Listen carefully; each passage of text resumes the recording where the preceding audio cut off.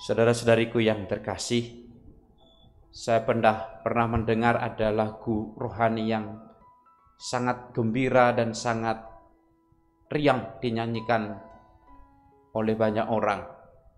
Judulnya itu adalah Suka-Sukamu Tuhan. Ketika mereka menyanyikan ini, seakan-akan segala persoalannya hilang. Menyanyikan dengan lagu Suka-Sukamu Tuhan. Tapi kalau kita renungkan sesungguhnya, apakah kita siap ketika memang suka-sukanya Tuhan ini terjadi atas kita, atas pengalaman konkret dalam hidup kita?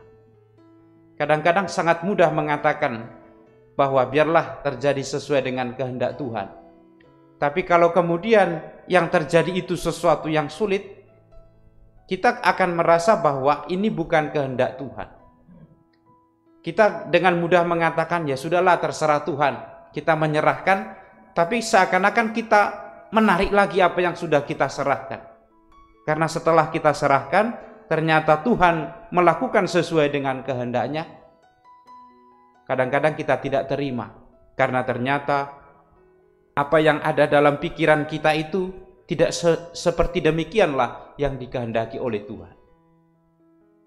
Tapi kalau kita belajar dari pengalaman Maria yang hari ini menerima kabar terbesar dalam hidupnya, bahkan dalam sejarah umat manusia, yaitu ketika Sabda mau menjadi manusia dalam rahim Santa Perawan Maria. Mungkin kita berpikir sebagai manusia zaman sekarang ini, wah enak sekali Bunda Maria ini mendapat penglihatan, mendapat pesan yang sangat indah dari Tuhan. Tapi kalau kita lihat juga dalam Injil, tidak mudah menerima kemudian rencana Allah dalam diri kita sebagai manusia. Kelihatannya saja mudah, seperti orang menyanyikan Suka-Sukamu Tuhan. Juga ketika kita melihat pengalaman Maria, tampaknya gampang sekali. Kamu akan mengandung dan melahirkan seorang anak yang hendak kamu nama Yesus. Enak sekali mendengar kabar ini. Ini kabar gembira sepertinya.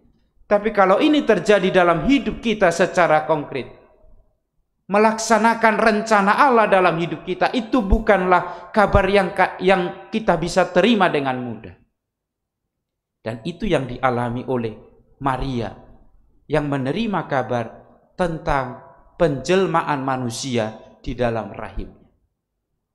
Maka saudara-saudariku yang terkasih dalam Tuhan, pergumulan yang dialami oleh Bunda Maria itu menunjukkan juga pergumulan kita manusia.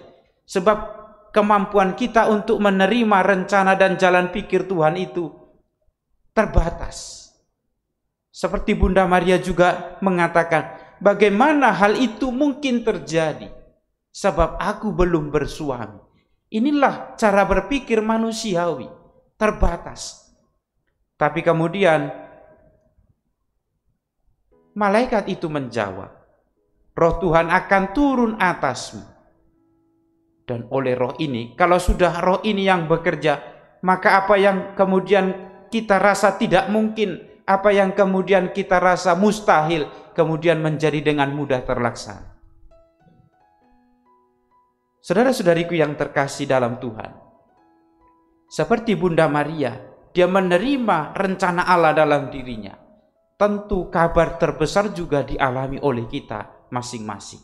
Saat rencana Allah hendak juga dikerjakan, dilaksanakan dalam diri kita masing-masing. Tapi masalahnya adalah kita mungkin tidak sampai seperti apa yang dikatakan oleh Maria. Dalam pergumulannya akhirnya dia sampai pada satu kata, pada satu kalimat yang begitu dalam. Dan inilah yang membuka rencana Allah itu, memudahkan rencana Allah dalam diri Maria dan juga umat manusia. Yaitu ketika dia berkata, terjadilah kehendakmu. Sesungguhnya aku ini adalah hamba Tuhan. Terjadilah padaku menurut perkataanmu itu. Saudara-saudariku yang terkasih dalam Tuhan, ada banyak karya Allah mau dikerjakan di dalam diri kita. Kita hanya mau sungguh-sungguh terbuka pada kehendak itu, pada rencana itu, dan berkata seperti Bunda Maria, terjadilah padaku menurut perkataanmu.